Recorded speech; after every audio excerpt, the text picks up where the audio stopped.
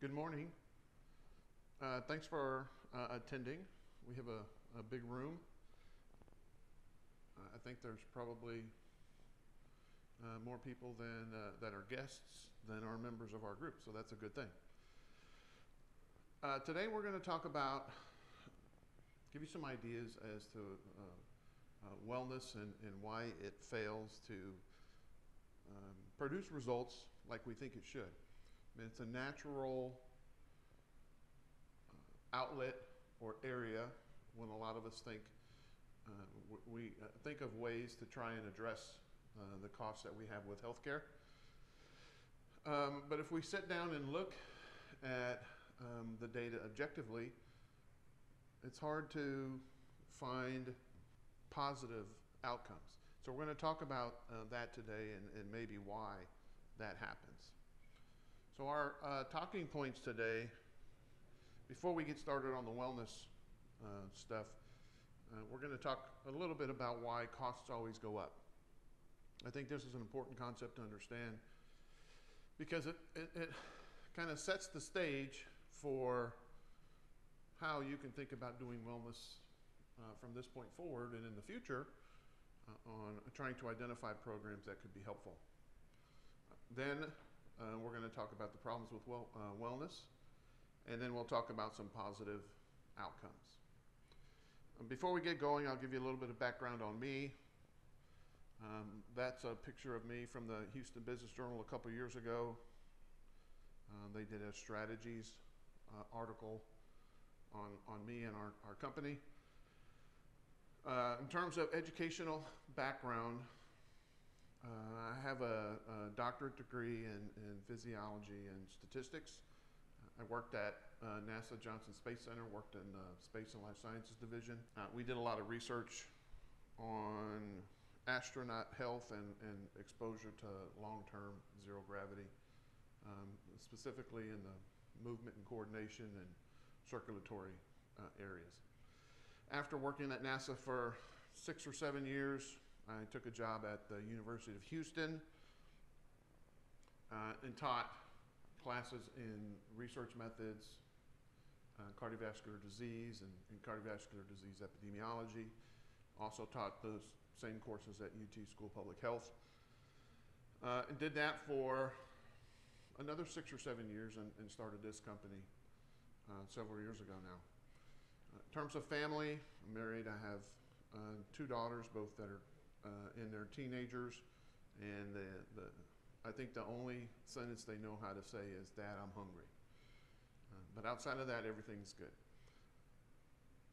Okay, so as we get started here, the first thing we're going to spend a lot of time on is this concept of why do costs always increase.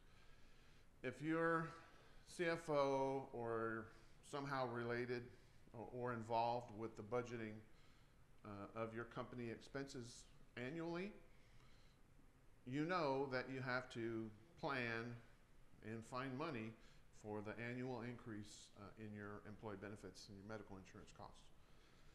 But maybe you don't know why these costs are always going up. You just have no idea. So we're going to try to answer that first. And we can do that basically with this chart here.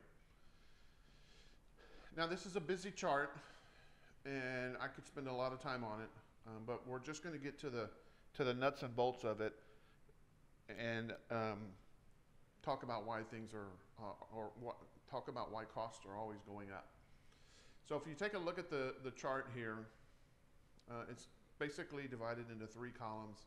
You've got risk, 3-year change, and churn. So the risk on the left is separated out by low, medium, and high. And by the way, that's low, medium, and high risk. And you could also, instead of risk, use cost. So you could say low, medium, and high cost. Because what we're talking about here, those 2 categories or the differences between risk and cost they're basically the same thing.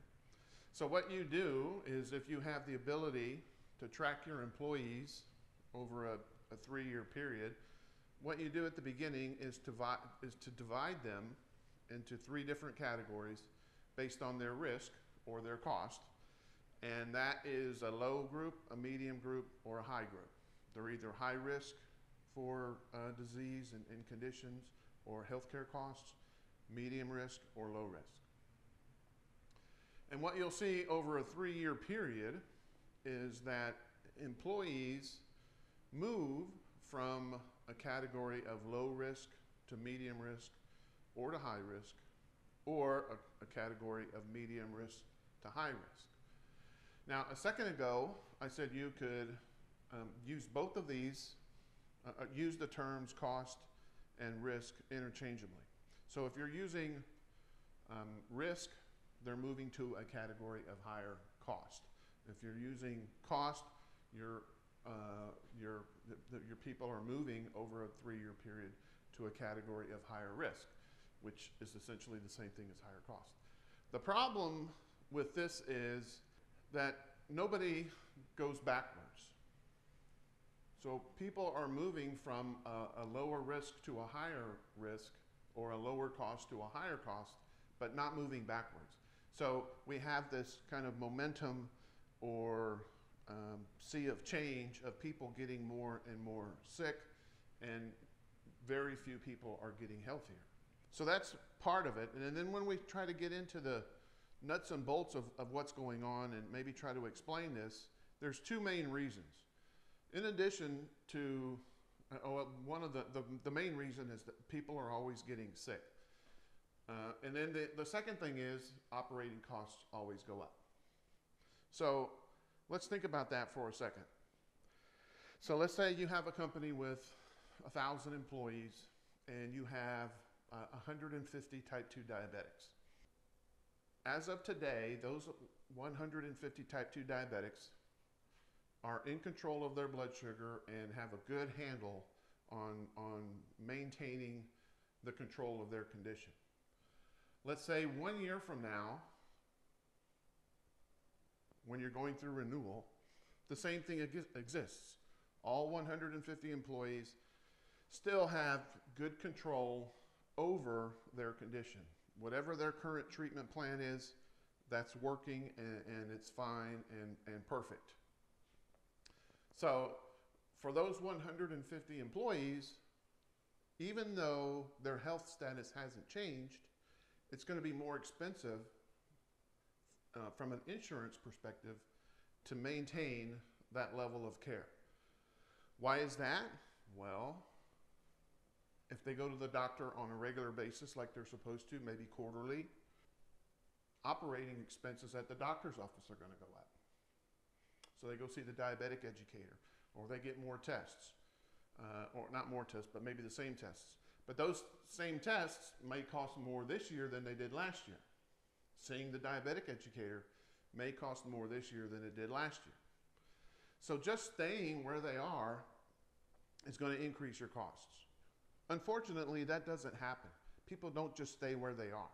So let's go back to those 150 employees, and let's say 10% of them now need an additional medication, or maybe some of them need insulin. Insulin's expensive. So now you've got 150, and 15 of those have gotten worse. Well, guess what? In addition to operating expenses going up, now you've got an additional prescription drug-related increase in expenses. And finally, since things never stay the same, we start today with the 150 employees that are type 2 diabetic. We have 15 of them next year whose condition worsens and they need to take more medication or additional medications. But since all of the other employees within your organization continue to get sick, we go from 150 to maybe 160 or 170 employees that are now type 2 diabetic.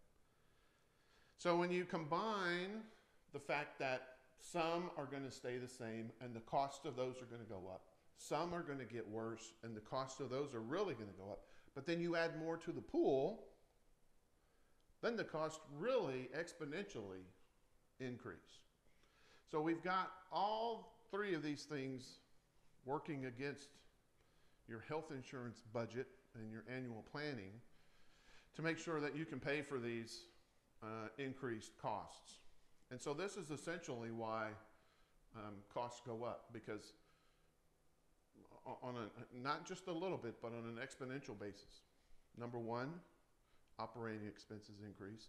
And number two, people continue to get sick. And so when you add those two things up, that's why we see 8, 9, 14, or whatever percentage increases in costs, not just a 3 or 4% increase in costs. And so if you've been paying attention and listening, maybe you think, well, one approach that we can take is to just stop people from getting sick or stop them from getting worse. And that would be a very effective strategy, because if you started with 150 type 2 diabetics, like we've been discussing, and you stay with only 150 type 2 diabetics for the next 4 or 5 years, you've effectively eliminated one big reason for the continued increase in your costs, because you're not getting more people sick. You're not having more sickness come into your pool.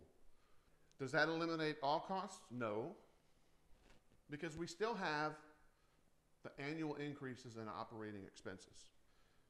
So maybe a strategy would be to stop people from getting sick or from getting worse, and then once we stop them, move them backwards.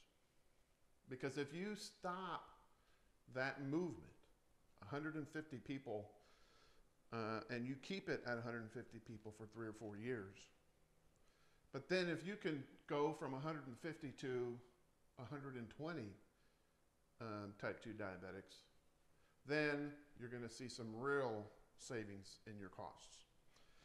And this is the point where you think, okay, this is what wellness is supposed to do. We'll implement a plan. We'll decrease the amount of type 2 diabetes or high cholesterol or high blood pressure our employees have. And because there'll be fewer people with these conditions, they'll be taking fewer medications, and fewer medications leads to lower cost. Fewer people with these conditions leads to lower or fewer doctor visits. That leads to lower costs, and we should have some savings. So maybe you work with your broker, maybe you work with your carrier, maybe you work with an outside vendor, and you implement some kind of wellness program, and you start tracking these results, and you think, last year, 14% of our employees had type 2 diabetes. We spent $100,000 on wellness, and this year, 14% of our employees have type 2 diabetes. What has changed? Nothing's changed, except for you spent $100,000. Sometimes you may be with your carrier, and they say they would include it free. And they may not be charging you directly for it, but their costs are built in, and that's a whole separate issue. But the point is, the outcomes never are what you expect them to be. And so when 3 or 4 years later, someone says, let's try a wellness program, maybe you feel like this. Mumbling a few curse words, pulling your hair out. Wellness doesn't work. And you would be right. The data doesn't really support it. And we've been doing this for a pretty good number of years, and we think we have some good ideas as to why this is the case. First of all wellness programs are the same. And so we have this sameness factor. Second of all, they all say they're based on science, the latest science, the latest and greatest science. And third of all, they go through this thing called the blame game. We're going to get into each of these points here. So if you look at the screen, what you'll notice is we have 2 apples that are identical. When your apples are the same and you want to eat an apple, does it matter which apple you get? No, because they're both the same. Now you may have a preference over one or the other, but in terms of an apple being different, there are no differences between the 2 apples. And so what does this mean in terms of wellness? Well, every program that we've seen, they're all essentially based on the same thing. Wellness and health are based on the idea that you've got to eat less calories or eat fewer calories and do more exercise. And there may be some variations within programs or between companies and vendors by including health coaching, or we think you should be eating 5 meals a day, or we can include the Fitbit data so we can track caloric expenditure, all kinds of different ways that they can set themselves apart from being different. But none of that removes the fact that these programs are all based on the same thing. And so when you have employees that have diabetes and need to go through this program, why should they go through the program? They've been through these programs, and they know exactly what the message is. So there's nothing here that's unique or helpful. Secondly is science or research. We refer to these types of programs as cut and paste programs. Why? Because they're all the same. And if you find something on someone's website, you can essentially copy it and paste it. And because it's such widely accepted knowledge that you can't even get in trouble for copying it, that's part of the reason why when they say they're based on research, they're not. For example, in our teachings, we have recommendations and guidelines and suggestions that are quite different than the conventional wisdom. Now, why is that? Well, it's not just to be different, it's because the research has led us to these conclusions. And as far as we can tell, we're the only ones giving these recommendations in this kind of an environment.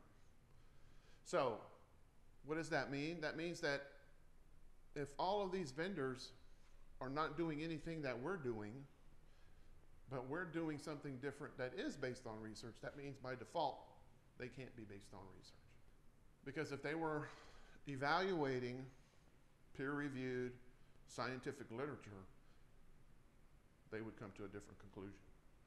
And lastly is the blame game. When someone is unable to participate fully and follow the recommendations, there's always something wrong with that person. John Doe, who's down the hallway, 300 pounds, 350 pounds, whatever, significantly overweight, is on 2 or 3 different medications, and he doesn't want to go to your wellness program. And when he doesn't go, or let's say he does go, and just like he thought, it's like every other program, I need to eat less food and do more exercise. And then whenever I can't do that, they just tell me I don't have enough willpower, that it's all my fault for not being able to be successful or make progress. It never seems to dawn on these people or occur to them that maybe the problem is in the message. So they just blame the recipient of the message as being unable to follow the guidelines, when maybe there's a problem with the message. And we think there definitely is a problem with the message.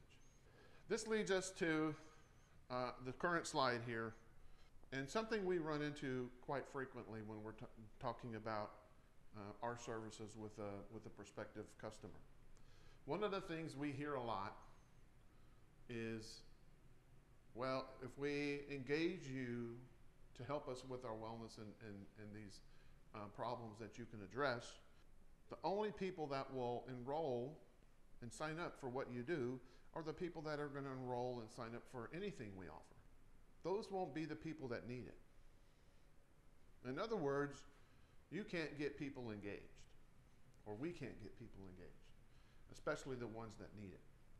In the back of my mind, when I hear these statements, the thing that runs through my head is a question that I'd like to ask but never do. I'd like to ask, how many of your employees have an iPhone? And I'm sure the answer would always be, well, all of them, I guess. or most of them.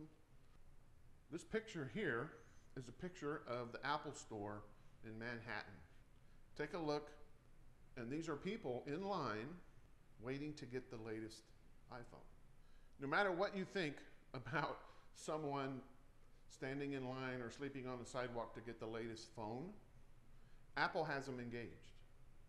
And if your employees have an iPhone, these guys are engaged, and they're engaged by Apple. So they can get engaged.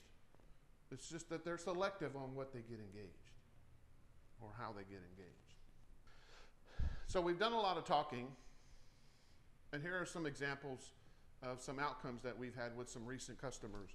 As you look at this table here, what we have are 4 recent examples from customers that we have worked with. And as you look at this table, what you see is 4 recent examples of companies we've worked with. And what this data shows is some of the outcomes. If you look, it's company, industry, problem, outcome, and ROI. So the industry is construction, professional services, manufacturing, and utilities. Problem is Nexium. For the construction company, they had several drivers that had been diagnosed with acid reflux and were all taking Nexium. So what the outcome percent means of the drivers, what we did with them was a pilot study to see if it would work before progressing on to the entire company. But the 83% outcome means that 83% of those that enrolled in our acid reflux program no longer needed Nexium by the time it was done.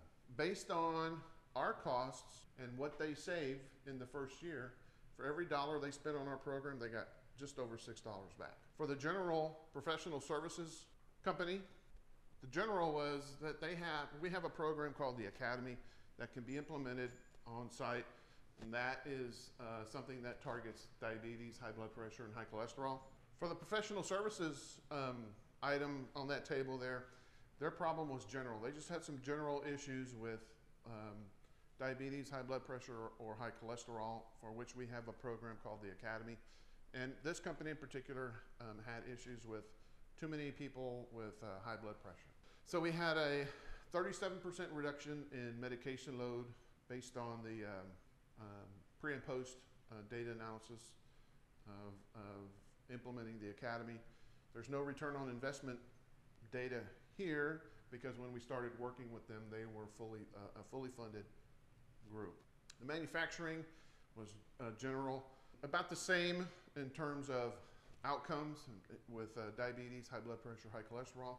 They were a self-funded group, and they realized $2.71 in return for every dollar spent on our services. And finally, we had a utilities company. Their problems were, that says ING. The I stands for insulin, the G stands for general. So they had, in the 2 years prior, nearly 2 years prior to working with us, they had 3 or 4 of their 6 or 7 executive board members end up in the hospital due to complications from type 2 diabetes. So we had a general program with the focus on diabetes, and we had a 62% improvement in or outcomes in diabetes medications, including insulin. And because insulin is so expensive, we had a really good return on investment with that. In terms of engagement, here's some of a few examples of many of the emails that we receive on a daily basis. But we get comments like this all the time. And just as a side note, the way we approach our services to help companies is so different than what they're used to that we often offer a pilot study or a pilot program right off the bat. Now, a pilot program means we'll do 50 or 100 of your 1,000 employees as a test, and then if you like the outcomes or if you like the way things are going, then we can progress to some other groups. We do this a lot.